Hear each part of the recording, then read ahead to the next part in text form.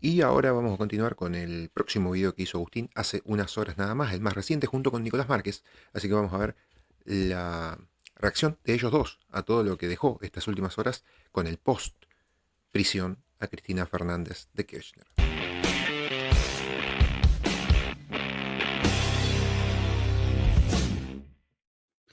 Queridos amigos, bienvenidos a esta nueva transmisión en vivo de mi canal de YouTube. Vamos a continuar analizando la noticia política que ha generado un verdadero punto de inflexión en la política argentina porque significó el fin de una era, el fin de la era kirchnerista. Y para comentar, para analizar, para reflexionar en torno a lo que pasó con la ratificación de la condena en el máximo tribunal de la justicia argentina contra la delincuente, contra la corrupta Cristina Fernández de Kirchner, tenemos como invitado para estos 30 minutos, más o menos, 40 minutos que vamos a estar hablando con él, y es Nicolás Márquez. Así que, sin más preámbulo, le doy ingreso al canal. Nico, querido, ¿cómo estás? Agustín, gracias por hacerme partícipe del diálogo. Un saludo a la audiencia. Y bueno, impactado emocionalmente con lo que pasó. Y te diría que con un dejo de euforia, Mm. y más allá del análisis político que hagamos, ¿no? O sea, a mí me Mm. alegra lo que pasó. Y bueno, a ver, 9 años de causa judicial, cuando en realidad fueron 9 años porque esto arrancó en el 2016, pero se empezó a denunciar la corrupción contra el kirchnerismo, no sé, yo tengo recuerdo, a ver, desde que ellos estaban en realidad en Santa Cruz, cuando se Sí. hicieron de los fondos petroleros de la provincia en la cual eran los caudillos. Pero además, cuando llegaron al Poder Nacional, después tuvieron un montón de causas de corrupción que la gente ya no se acuerda, pero por ejemplo, las valijas de Antonini Wilson, la corrupción vinculada al asunto de los transportes que derivó finalmente en 11. Bueno, un montón de casos que se acumulaban y que eran tantos que ya dejaban de ser novedad. Entonces, un poco la novedad y el shock es que por fin uno de ellos llegó a término después de prácticamente una década de peregrinar en la justicia, en una justicia muy lenta, que sin embargo ahora es redefinida por el kirchnerismo como poder judicial que está empecinado por destrozar a Cristina Kirchner solamente porque ella redistribuyó la riqueza en la Argentina y porque encarna el sector popular. Bueno, este tipo de discurso viejo ya con olor a museo, no creo que le vaya, digamos, a dar mucho rédito porque ya perdió toda originalidad. Pero vos creés que esto puede, no sé, ser también una especie de punto de inflexión para devolverle la épica al espacio kirchnerista. ¿Creés que esto puede cohesionar nuevamente a la oposición en torno a un liderazgo ya bien definido? ¿Podrá Cristina Kirchner seguir liderando desde su casa? ¿Creés que estos riesgos son de temer o pensás que simplemente es el susto que uno se puede llevar, bueno, porque es tan novedoso todo esto y ve que la turba contra la que nos enfrentamos no tiene códigos ni ética, que a priori uno podría pensar que hay peligro? Antes, Agustín, si me das la licencia, quiero Sí, incurrir en la grosería del autoelogio, dale, tuyo dale, y dale, mío, claro. tuyo y mío. Porque algunos, por las redes sociales, me decían, vos acá, mientras no sé quién denunciaba, vos estabas. No, no, no, estás muy equivocado. Nosotros hace 20 años que venimos luchando en solidaridad contra el kirchnerismo y con Agustín Laje, particularmente en lo relativo a la corrupción. En Mm. el año 2013, en pleno poderío omnímodo del kirchnerismo, publicamos un libro que ahora Mego va a relanzar, ¿no?, en las Sí. librerías de Argentina, cuando el relato es una farsa. Entonces, nosotros nos animamos a enfrentarnos a una maquinaria corrupta y corruptora, denunciando incluso hasta las infidelidades conyugales de la pareja matrimonial, ¿no? Que Sí, eso, sí, pues, en sí. definitiva, son asuntos de chismes que condimentan al libro, no es lo relevante. No, Pero, perdón, aparte el libro ya hablaba de Lázaro Báez, todo, hablaba. todo. Si Lázaro Báez está en la tapa del libro. Exactamente, Lázaro Están, Báez está en la tapa del libro. no tengo ningún ejemplar a la mano. Están hasta las bodegas, las cajas fuertes. Las Es cajas decir, fuertes, tenés razón. hicimos todo un trabajo que van desde los fondos de Santa Cruz hasta el escándalo con la privatización del petróleo, hasta con el escándalo Casca, el escándalo Antonini Wilson, el escándalo, bueno, no más, de los choques ferroviarios, Ujú. bueno, toda una serie bueno, es enorme, inagotable. Volviendo a tu pregunta. Mira, yo creo que aquellos que dicen, bueno, no, en realidad a Milei le convenía que Cristina esté y entonces, porque esa dialéctica le permite. Yo no la creo para nada, por varias razones. Primero, ya la aplicó Macri. Mm. Así le fue. Segundo punto, Cristina es la dirigente dentro de un peronismo fracturado, disgregado, con caciques pequeños. Cristina es la más potente. Es Mm. decir, ella está disminuida a su mínima expresión en cuanto a su poder político, pero el resto de los dirigentes peronistas tienen menos poder que ella. Mm. Pero a tal punto tiene poco poder que para zafar y tener fueros solamente se animó a ir como candidata a diputada provincial, ni siquiera nacional, porque perdía. Ella suponía, según los datos que debió manejar, que perdía en la provincia histórica como bastión del peronismo, entonces se recostó en el territorio que quedaba del peronismo con potencia electoral, que era una sección de la provincia de Buenos Aires, que era la tercera. ¿Y qué pasa ahora? La principal referente acumuladora de votos del peronismo no se puede presentar. ¿Con quién la van a reemplazar? Y además, ahora empieza así, dentro del peronismo, una batalla campal entre los caciques que van a pretender liderar el partido, y el partido peronista es un partido históricamente vertical, y cuando no tiene una verticalidad, es decir, un caudillo al cual todos se someten, se subordinan disciplinada y piramidalmente, entran en un desconcierto ajeno a su naturaleza, y además son traidores. Entonces, va a empezar una puja entre ellos. Bueno, si a este le va bien, este puede quedarse con el peronismo, me conviene que me vaya bien a mí y a él no, y entonces yo acá lo apoyo, pero acá no. Y, o sea, empiezan las traiciones y no tienen tiempo de reordenarse para tener un referente. No tienen tiempo, no tuvieron recambio generacional, no tienen recambio discursivo. Y la única mujer que conservaba fieles de verdad, porque ni Massa ni Kicillof podrán tener intereses con políticos o con una estructura, pero gente devota, solamente Cristina tenía en poca cantidad. Y ninguno dispuesto a dar la vida. Uy, si meten preso a Cristina, la que se va a armar, vamos a romper todo. Es cierto, tiraron piedra, vandalizaron algunas cosas, pero no es Perón. Nadie va a dar la vida, ni armar una guerrilla. Y dentro de unos días, cuando vaya ya presa, no sabemos cuánto tiempo en una cárcel común, después eventualmente en un arresto domiciliario. ¿Y qué va a conducir el partido? ¿Desde dónde? Además, recordemos que es la primera causa penal por la cual es condenada. Sí. Y es la menos importante y la menos comprometida. Entonces, para mí, esto favorece al gobierno. A ver, como figura política, quien estaba disputándole poder a Cristina era Axel Kicillof. ¿Cómo deja esto parado a Kicillof? Porque esa grieta, uno puede suponer que dada la circunstancia actual, puede tender a cerrarse, pero ayer cuando peregrinaron líderes peronistas hacia la casa de Cristina para reunirse con ella, el que tuvo un paso fugaz en menos de 30 minutos fue Axel Kicillof, y cuando llegó la cámpora lo esperaba con cánticos agraviantes. Entonces, ¿en qué situación queda Kicillof con esto, según tu lectura? ¿Queda finalmente con el campo abierto para ser el futuro líder del PJ? ¿O empieza una guerra campal entre lo que queda de la estructura kirchnerista contra el propio Kicillof? ¿Cómo lo ves? La guerra campal la vienen teniendo y en todo caso hicieron las paces por desesperación, por instinto de conservación. A Kicillof le cuesta mucho despegarse de Cristina. Kicillof es un producto de Cristina. Kicillof fue viceministro de Economía de Cristina, fue ministro de Cristina, fue gobernador puesto por Cristina. Cuando Dicen Cristina que fue amante también. Dicen que fue amante. Bueno, no sé, es lo que se dijo en una época. Reúne el perfil etario y estético de los muchachotes que siempre frecuentaron a Cristina en su cercanía, en su círculo más próximo. Así que, y además Cristina nunca se ha caracterizado por haber salido de un convento contemplativo de monjas. O sea, tiene un prontuario genital. También su marido, eran un matrimonio, digamos, poligámico. Y eran poliamorosos, ¿no?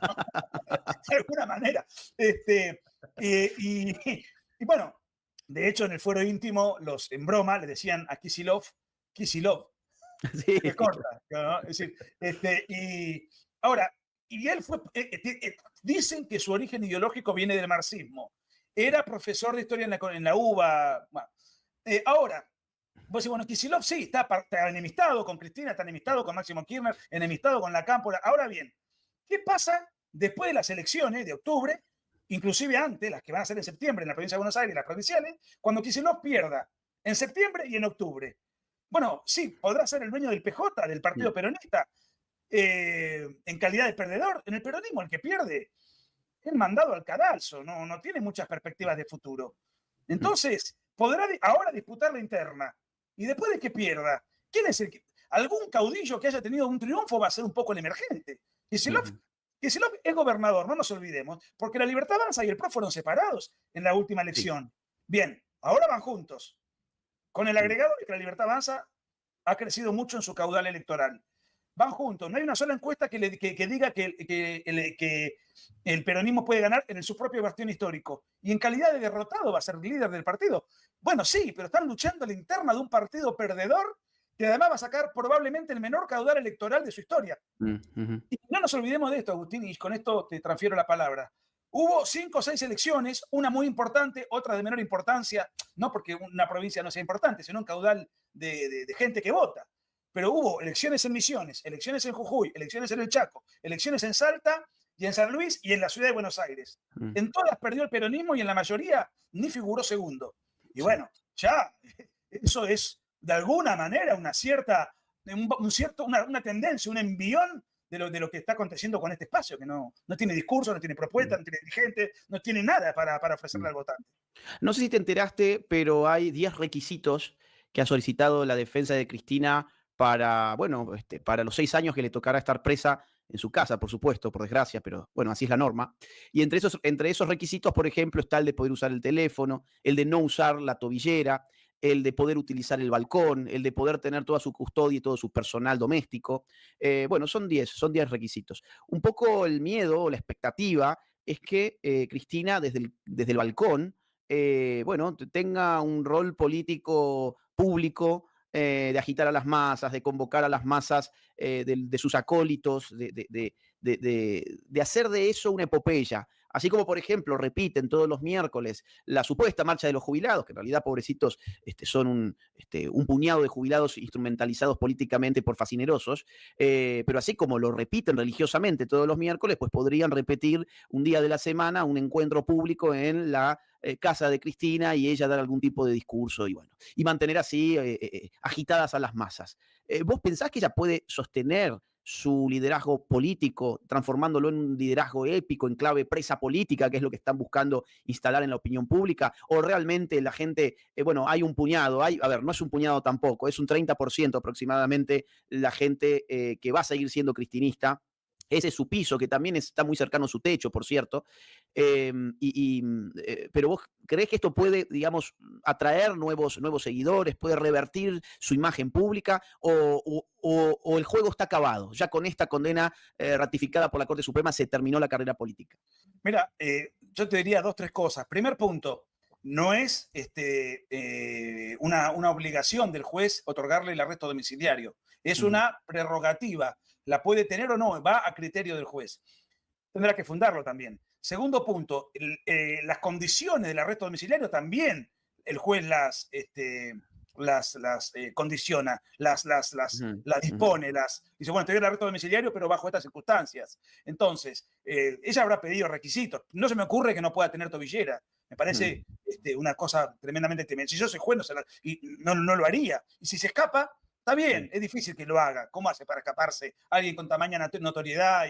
Es decir, difícil, pero de todas maneras, me parece poco probable. Ahora, según salieron diferentes medios, Cristina mandó a reciclar 2 mansiones de ella. Una en Santa Cruz y otra, no recuerdo en qué otro lugar, de las múltiples que tiene, que son mansiones enormes, con espacios verdes, con piletas. Bueno, una cosa es vivir en un departamento elegante, como es este caso. Otra cosa es estar preso en un departamento. Entonces ella ya mandó a reciclar casas grandilocuentes para tener una eventual prisión domiciliaria con espacio físico, con espacio para que le sea menos, para que sea más apacible. O sea que no me parece, y además, sí, podrá una semana agarrar un megáfono y hacer alguna arenga, 2, 3, 4, y a la quinta semana, ¿quién va a ir? Si además, por todo lo que trascendió, el grueso de los que fueron a hacerle el aguante, como se dice coloquialmente en la Argentina, a Cristina Kirchner, fueron aparatos políticos, los sindicalistas, aparatos de Gran Buenos Aires, algún intendente, con sus respectivos carteles para figurar con el apoyo. No es una cosa espontánea de la sociedad. Sí fue espontánea la manifestación de alegría que se dio en el Obelisco, no sé si la viste. Ahí no se llevó a nadie y fue una multitud. No, ¿y qué vas a ir? A la sexta semana otra vez escuchar y a la octava y vas a ir. ¿Y cuánto vas a durar haciendo eso? No. Mira, insisto, no creo, si le otorgan el arresto domiciliario, no creo que ella lo vaya a pedir ahí. Un signo interesante es que la CGT, que podría haber convocado un paro general, es decir, ponerse realmente al frente de este acontecimiento, decidió no hacerlo y en todo caso enviar un comunicado, una declaración formal hablando sobre el peligro que corre la democracia. Ahora bien, ¿no crees que hay un riesgo de caos social? Porque por más que sean muchos o pocos, son personas que cualitativamente son peligrosas. Más allá de la cantidad, que yo creo que todavía es una cantidad bastante considerable, pero si eso le sumás que son personas peligrosas porque no tienen ningún sentido de la moral, son personas que están acostumbrados al delito, al crimen, a salir y vandalizar las calles, vandalizar la propiedad ajena. Son personas que se dedican a eso y que pueden sostener además ese tipo de acciones como modus vivendi. Ellos se realizan en el caos y en la destrucción de lo ajeno. ¿No te parece que hay riesgos de estabilidad política? Mirá cómo han estado buscando, por ejemplo, un muerto en las marchas de los jubilados. Cómo casi consiguieron algo parecido con el caso del fotógrafo Grillo. Imagínate ahora, van a redoblar las apuestas, van a continuar intentándolo y puede generar, digamos, una tensión y una violencia constante que desestabilice políticamente. ¿No te parece que eso es un riesgo? ¿O realmente vos confías en que esto va a ir bajando cada día más, no va a tener ningún pico? El pico fue ayer, Agustín. ¿Qué más, a ver, qué más tiene que pasar para que se enardezcan y se produzca una pueblada, una situación en No donde sé, pueda haber el día que ella vaya a muertos? Comodoro Pi, por ejemplo. Ese sería otro episodio donde habría que poner el foco. Bueno, sin duda que cuando vaya va a haber manifestantes, primero tiene que ir a la cárcel de Seiza, tiene que ser requisada, tiene que toda una serie de burocracias. Yo creo que cualquier juez le va a dar el arresto domiciliario, mal que nos pese, aunque nos disguste. Se va a ir a una casa lo más cómoda posible, dará mensajes que los puede dar por interpósita persona o ella misma, aunque no creo que ose usar redes sociales de una manera en primera persona, porque un preso, digamos, suena como de que está casi en un spy, ¿no? en un arresto, aunque tenga acceso a todo, a internet y a todo. A mí no. Además, te digo, el pico fue ayer. Lo demás son trámites. Ya dieron, hoy trasladaron, estaba en arresto domiciliario, Lázaro Báez a una cárcel común. Dentro del marco de 5 días, Cristina tiene que presentarse, apersonarse y de ahí la destinan a una unidad penitenciaria y luego de determinada burocracia, posiblemente a un departamento, a una mansión que ya mandó a reciclar. ¿Qué más tiene que pasar? Ya están las cartas echadas. Sí, rompieron TN, rompieron un par de lugares emblemáticos. ¿Y qué más van a hacer? ¿Mataron a alguno? Acá no hay dirigencia armada, acá hay lúmpenes callejeros que en todo caso tienen una piedra y rompen un semáforo. Yo realmente no. A ver, no es Perón. Cristina no es Perón. Cristina en su momento de mayor debilidad política, donde ella no controlaba ni siquiera el Congreso, ni diputados, ni senadores, tenía su gente leal, la tiene, pero ya en retirada. Gobernadores peronistas que ya disputaban y no creían o no le hacían caso a sus pretensiones políticas. Ella conducía una facción del PJ y al gran pueblo, a la gran masa de militantes. ¿Qué van a hacer? No, Agustín, no. Yo realmente me parece que sus cánticos tribuneros amenazantes de incendiar el país se limitan a eso, a un terrorismo verbal. Ahí se agota. Nico, y bueno, te tiro un dato que recién lo estaba comentando Feynman, y es que dice que allegados a Cristina Kirchner estaban averiguando precios de jets privados para volar al sur, precisamente. Obviamente esto no significa demasiado a priori, pero está la sospecha que efectivamente podría ir a pasar estos 6 años al sur, y ojalá que sea así. Es decir, yo la quisiera bien lejos de la ciudad de Buenos Aires, bien lejos de toda la militancia, y pasando 6 años a la historia como la delincuente que fue. Te quería preguntar ya una pregunta un poco más, digamos así, más difícil, porque tiene que ver con el ámbito ético. ¿Por qué crees que se da este fenómeno en el que tanta gente es consciente de que están defendiendo a una corrupta, porque ya no es secreto para nadie? Es decir, hemos visto videos, incluso cámaras ocultas, se han visto cómo pesaban las bolsas cargadas de dinero porque era tanto el dinero que no les daba el tiempo ni para contarlo. Entonces hacían un estimado de acuerdo cuánto pesaba cada billete de 100, cuánto pesaba cada fajo y cuántos fajos tenían cada bolsa. A tal punto que en realidad las bolsas de dinero que robaban y las transferencias que hacían eran en euros, porque como el euro vale más que el dólar, era una manera de aminorar la cantidad física de la exorbitancia que habrán robado. No tenemos noción nosotros.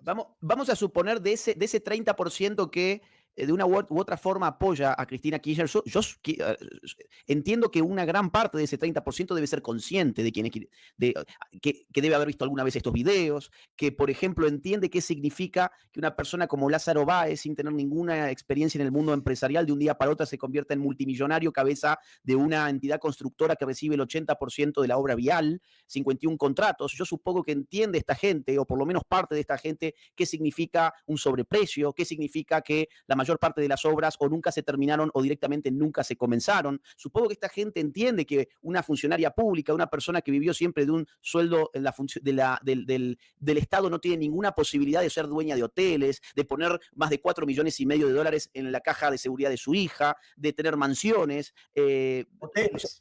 hoteles. Quiero suponer, insisto, que gran parte de ese 30% que le apoya conoce estos datos, ha visto los videos, ha visto videos, por ejemplo, de sus funcionarios arrojando bolsas llenas de dólares en conventos de monjas. Yo supongo que esa gente conoce algo de esto o ha visto. Entonces, ¿por qué esa gente sigue apoyándola? Es lo que a mí no me cabe en la cabeza. Vamos a suponer que el día de mañana nosotros nos enteramos que Javier Milei arrojaba bolsas de dólares dentro de los conventos de monjas. Bueno, directamente uno deja de apoyar a una figura como esa. Pero ¿por qué esta gente no hace lo mismo? ¿Por qué no importa cuántas pruebas haya, cuántas causas de corrupción? ¿Por qué no importa cuánto dinero amasado, cuánta fortuna, incluso hasta cosas obscenas, las carteras que esta señora tenía? No había forma de que con un sueldo de la función pública se lo pueda pagar. No eran ni siquiera carteras de clase media alta, eran carteras de lujo, eran carteras de personas millonarias, joyas, alhajas, relojes, productos de lujo de todo tipo, y sin embargo esta gente la sigue defendiendo. Es que no me cabe en la cabeza, no lo puedo analizar con arreglo digamos, ni al sentido común ni a la razón más básica. Mira, para decirte una cosa, todos sabemos que Lázaro Báez es el testaferro de Néstor y Cristina Kirchner. Las propiedades a nombre de Lázaro Báez, las extensiones de tierra, campo, etcétera, que hay en diferentes provincias del sur, son más grandes que las Islas Malvinas. Entonces, cuando el patrioterismo peronista dice queremos las Islas Malvinas, Milei antipatria, flaco, ustedes robaron en cantidad de territorio, la gente que vos defendés, un territorio mucho mayor en extensión que las Islas Malvinas por kilómetro cuadrado. Como para decirte, para que se tenga una noción de lo grosero que ha sido todo esto. Ahora, Nico, perdón que te interrumpa, pero sumo un número más. Investigadores de CONICET hace algunos años hicieron una investigación al respecto y determinaron que el latrocinio kirchnerista había implicado un daño valuado en 36,000 millones de dólares al Estado argentino. O sea, estamos hablando de cerca del doble de lo que fue, por ejemplo, el préstamo del FMI al gobierno de Javier Milei. 36,000 millones de dólares como daño económico. Es una locura. Bueno, ha sido una tragedia, una calamidad, pero además, Agustín, cuando Cristina Kirchner saca el 54% de los votos, que fue su momento de apogeo, la gente ya conocía todos estos datos. Ahora, y sacó el 54%, y de ese 54% no es que lo votaron los marginales, los sectores, lo votaron en todos lados. Pero, convengamos que hay un cambio de época donde el votante se ha vuelto más exigente, se hartó, pero que el argentino ha sido tolerante con la corrupción y ha votado corruptos a sabiendas, bueno, eso lo hemos padecido durante el último cuarto de siglo. Ahora, yo lo que te diría es lo siguiente. Perdón, pero una cosa es tolerar la corrupción y otra es celebrarlo y fanatizarse de ese modo, porque estos tipos son fanáticos. Bueno, a ver, el peronismo tiene un componente emocional muy por encima del resto de los partidos políticos, donde esto alguna vez lo hemos hablado, el componente emocional, el componente racional, que hace de un partido una épica, una estética, una fanfarria, una mitología. Hay un componente ahí que está latente. El peronismo es puramente eso. Te diría que prácticamente racional tiene muy poco. ¿Cuál es la doctrina? Y si tiene alguna, ha sido contrariada, intercambiada y traicionada 700 millones de veces por los mismos dirigentes, ni siquiera por otros, por ellos mismos. Entonces, yo lo que digo, lo que tengo esta impresión, no, tengo una certeza, te diría. El votante peronista es muy tolerante con la corrupción. El votante no peronista no perdona la corrupción, por eso es antiperonista y por eso está dispuesto a sancionar severamente si a alguien de su partido al cual le depositó el voto, después lo ve ganando mucho dinero, como senador, en algún episodio sórdido, no lo vota más, se le acaba la carrera. En cambio, el peronista es extremadamente tolerante con la corrupción, tiene valores morales muy bajos y valores emocionales muy altos. Te voy a contar una anécdota histórica. Es cierto, esto se ha reducido, ¿no? Pero el peronismo en la época de Perón sacaba el 60 y pico por ciento de los votos. Eran partidos de masas todopoderoso. Cuando viene la Revolución Libertadora en el 55, la revolución que derroca a Perón, lo que hizo la Revolución Libertadora fue mostrar las cuentas bancarias, las piezas de Evita, las joyas, los departamentos de Perón, bueno, toda una serie de cosas incompatibles con el sueldo de un presidente o de un general. Y además Eva nunca trabajó y la fundación que tenía, ella tenía un cargo ad honorem. Entonces mostraba todo para hacerle ver a la opinión pública cómo habían sido engañados. Y además, bueno, estaba prohibida la palabra Perón. Y un día jugaba Independiente y se desató un escándalo porque se reveló la hinchada. Y la consigna era, puto o ladrón, queremos a Perón. O sea, no les importa que Perón haya sido ladrón. Lo que les importa es, bueno, lo que ellos creen en cuanto los benefició y el aspecto emocional que es tremendamente potente. Bueno, eso se ha conservado y mantenido a través del tiempo en proporciones cuantitativamente menores, pero están. Y además tienen ellos el siguiente argumento. Bueno, pero Macri también es un ladrón. Bueno, pero la causa libre, y empiezan con ese tema. Entonces, ellos dicen, bueno, todos son ladrones, es parte constitutiva del juego, ellos no discriminan, creen que todos son iguales, pero este es mi lugar, este es mi partido, con esto me identifico y estos hacen política para mi bienestar. Los otros son antipatria, son explotadores, son el imperialismo, son el FMI, son, bueno, realmente llama la atención, pero no son gente que tenga una a ver, Agustín, candidatos no peronistas, por decir que tenían un título universitario que después se demostró que no lo tenían, perdieron su carrera política. Imagínate en el peronismo que pase algo así. Es decir, el votante peronista es extremadamente tolerante con la corrupción, con la mentira, con el saqueo. No tienen problema. Ellos siguen para adelante. Te quiero mostrar un video. A ver, ponelo, Dani, porque viste que estuvieron poniendo muchos videos de Jorge Lanata, que hay que decirlo, él tuvo un rol muy, muy importante como periodista, desnudando casos de corrupción desde su programa PPT, en un momento en el que la gente todavía miraba la televisión y cualquier persona medianamente interesada en política miraba todos los domingos PPT y siempre había algún nuevo informe donde desvelaba algún acto corrupto. Ponelo, Dani, por favor, al video, porque giró hoy a través de la cuenta de Juan Doe otro video de Lanata, que es un video que no lo han querido poner. A ver si lo viste. A ver, dale, ponele play, por favor. Estamos sin audio, ¿no? sin volumen. A ver, aguantame un segundo porque mientras tanto le voy pidiendo al público. Tenemos 4.000 personas en vivo. Déjennos un like y un mensaje a ver desde dónde nos están mirando. A ver, dale, ponele play. Se equivocó el año pasado cuando decidió, por una cuestión política partidaria, que Cristina no tenía que ir en cana. Eso hubiera sido, y lo escribí, se lo dije a él, eso hubiera sido un punto de inflexión en la historia argentina en el sentido de lo que estábamos hablando antes. Perdón, repetilo. Macri decidió... Cuando Macri, por una cuestión partidaria, sí, decidió, sí, yo la agregaría bastante miserable, decidió que Cristina no fuera presa. Eso hubiera sido un punto de inflexión en el sentido que yo hablaba antes, de que los buenos sean buenos y los malos malos. Hubiera sido un mensaje al público de, bueno, se acabó la joda. Está bueno el video porque estaba la idea de que había un pacto de impunidad entre Javier Milei y Cristina Kirchner.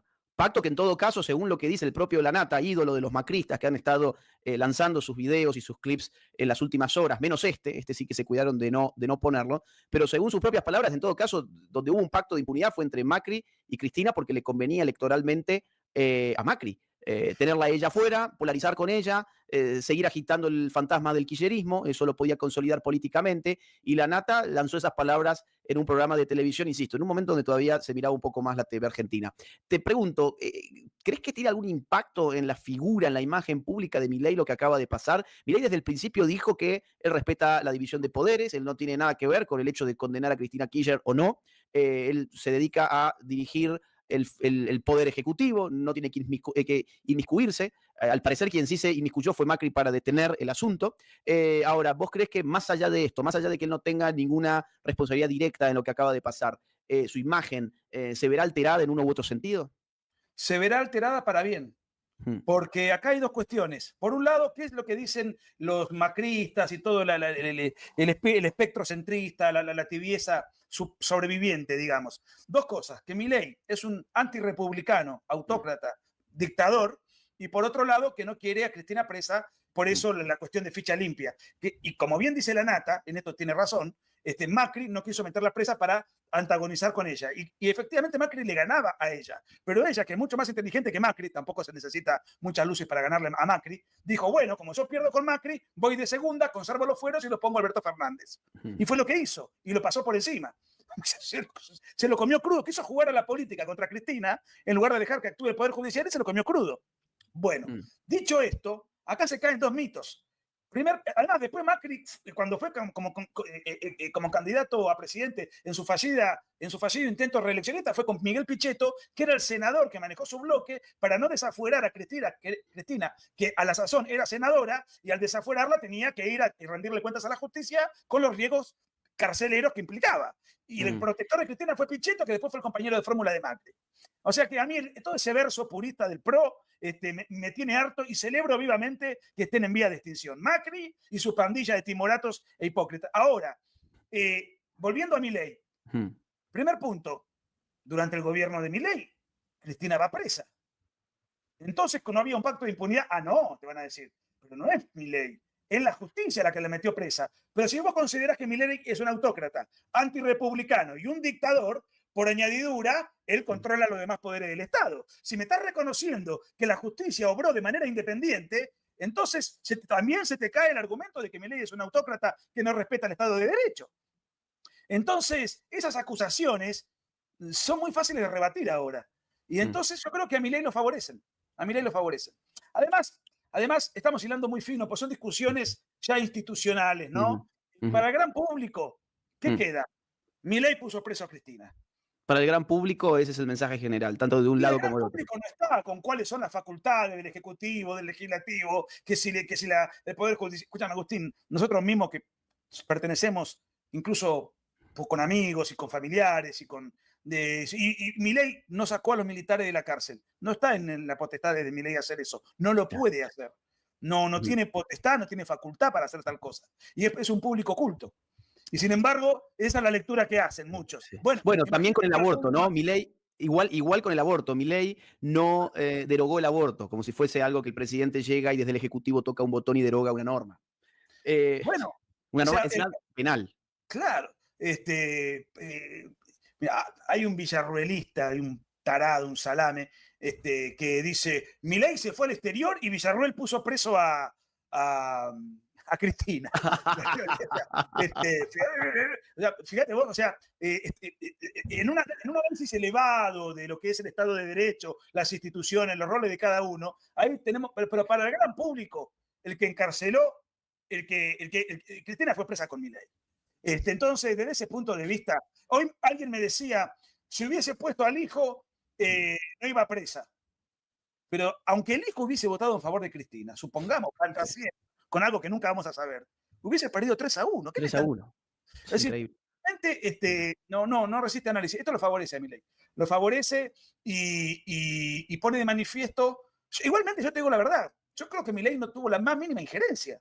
Esto fue una decisión de la justicia. No, totalmente. Además, Agustín, nosotros nos consta el respeto que Milei le tiene al Poder Judicial, más allá de que dentro del Poder Judicial, no al Poder Judicial en cuanto a sus integrantes, que muchos dejan mucho que desear, sino a la institución en cuanto tal, de la independencia dentro de la cual este es mi margen de maniobra, del resto de los poderes yo no tengo más nada que hacer, ni que decir. Y más aún, el respeto que le tienen las instituciones republicanas, porque se ha puesto de moda la imagen de Milei antirrepublicano, simplemente porque, por ejemplo, putea a un periodista ensobrado. Ay, esas son las formas contrarias a la República. No, la forma contraria a la República es, por ejemplo, una candidatura testimonial, como la de los Penato, por ejemplo, que ahora anunció que, que no va a ser legislador en Cava. Que se va a quedar en diputados como en la Cámara Baja del Congreso Nacional.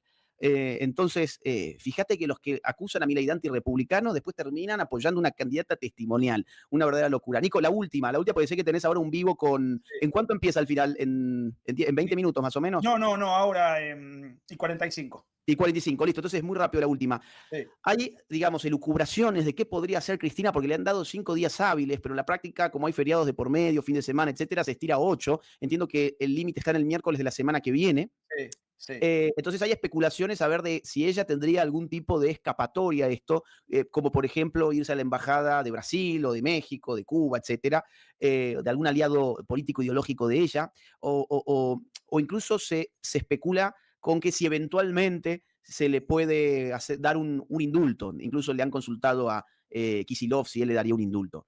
¿Vos ves hay una tercera salida también, perdón, que es la de los organismos internacionales? Están ya viendo cómo hacer para acudir a la CIDH, pensando en un antecedente que tuvo Gustavo Petro justamente, y tratar de ir a través del poder globalista.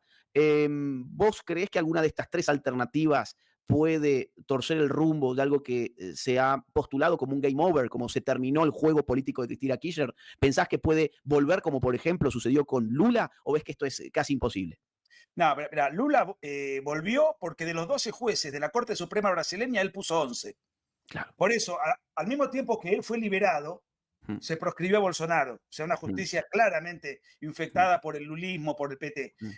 Ahora, de las tres alternativas que vos presentás, la única que yo veo como atendible es la de un indulto, porque en realidad un delito de corrupción es indultable. Ahora, acá hay un tema, no es un delito. Este es el primer delito por el cual se la condena, de la causa más fácil y accesible, de la condena más baja que va a tener. Ahora vienen causas mucho más pesadas. Entonces, bueno, digamos, tenés que hacer un indultador serial. Además, tenés que llegar al poder para forjar ese indulto, cosa que tiene que hacer alguien del riñón de Cristina Kirchner. Pero yo te diría más, y la otra que vos me señalás, y hoy el peronismo está muy lejos del poder. Fíjate vos que se especula con Massa, con Kicillof, con tipos que están derrotados, que van a perder las elecciones, en donde todo indica que Milei corre con el viento a favor, que va a durar como mínimo 7 años más y después no vamos a hacer futurología con tantos años. Pero Cristina además va a tener muchas condenas a cuestas. Entonces ya, además, es muy difícil argumentar que el Partido Judicial dijo... Yo hoy leía al juez Ramos Padilla decir que el FMI le pidió a Milei que encarcele a Cristina. Digo, están drogados, lo dicen a propósito, toman por idiota al público. De los 3 jueces, uno fue propuesto por Néstor. El otro fue ministro de Néstor. Y hay uno que no se le reconoce militancia previa. Así es. O sea, ¿de qué partido judicial y de qué movida del imperialismo cipallista me vienen a inventar y hablar? Si los propios, pasa que están alevosos lo que han robado y las pruebas son contundentes que los propios jueces kirchneristas, que además olfatean el cambio de época y la debilidad política de la condenada, dijeron más, sí, yo ya está, no sé este tema de encima. Y te iba a comentar algo más. Cristina Kirchner, yo no la veo yéndose a Cuba, escapándose. Primero que debe estar custodiada. Porque si se escapa, la responsabilidad es del juez de la causa, digamos, o sea, es una responsabilidad que se está jugando el cargo. No, ¿cómo te va a escapar y ir a una embajada? Y no tiene custodia una persona condenada por la justicia, dentro de la cual la Corte ya se expidió. Y hay otro tema. Cristina tiene 2 problemas. El de ella ya está. Se irá a una mansión en algún momento y ahí y se seguirá acumulando condenas. Tiene 2 hijos comprometidos por corrupción grave. Uno todavía goza de los fueros, que es Max, pero tiene que salvar a Florencia, que Florencia tiene 2 problemas, uno de salud por su adicción a las drogas y el otro es el judicial. Cristina va a tratar de salvar a los hijos, es el instinto maternal lo último que le queda por hacer porque ella ya está terminada. Esa es mi apreciación. Y si se va a Cuba, desde La Habana a mover los hilos, tiene que estar acá teniendo reuniones, tejiendo, apretando, buscando, tratando de conservar el poder político que pueda para por lo menos hacer salvar a la cría que fue parte de esta asociación ilícita. Nico, querido, no te saco más tiempo. Sé que en 2 minutos empezás tu vivo con Vicente Massot para seguir analizando el tema del cual estamos hablando ahora mismo, justamente. Te mando un abrazo y en 2 minutos te mando todo el público para allá. Dale. Gracias, Agus. Te mando un abrazo inmenso. Siempre es un placer enorme compartir con vos un diálogo que además hacer en derredor de una noticia que yo sé que a vos y a mí nos causa regocijo. Gracias, Nico. Gusto. Saludos. Hasta la próxima. Bien, me quedo 2 minutos nada más. Quédense acá 2 minutos nada más y ya los redirijo hacia el vivo de Nicolás Márquez.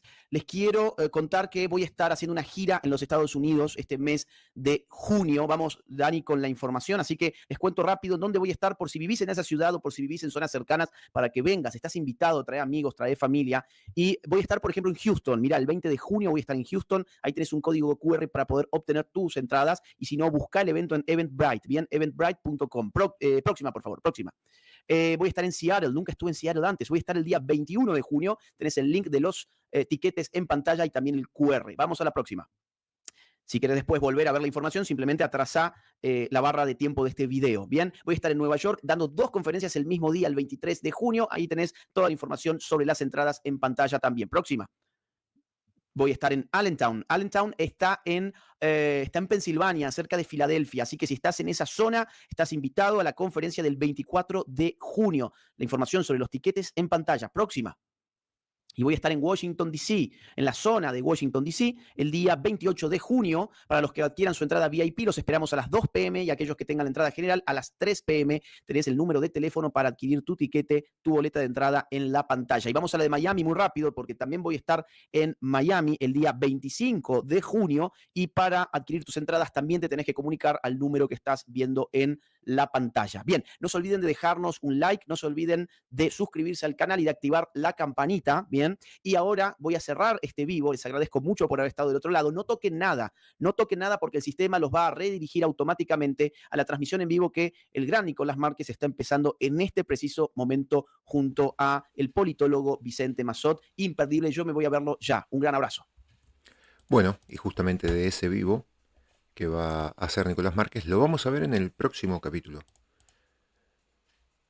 Y con esto llegamos al fin de este capítulo 186 de Batalla Cultural, con esta noticia y con lo más reciente de Cristina Fernández de Kirchner, condenada a prisión domiciliaria aquí en Argentina. Y bueno, estando en las últimas horas de libertad, de su libertad, bastante nerviosa y hablando desde el balcón de su casa muchas veces con la gente, lo pueden ver y repasar en estos días anteriores a la noticia de ayer de la prisión domiciliaria de la corrupta y condenada Cristina Fernández de Kirchner. Abrazo grande para todos, nos vemos en el próximo programa. Me voy a dormir porque estoy muerto de sueño y nos vemos mañana para otro episodio.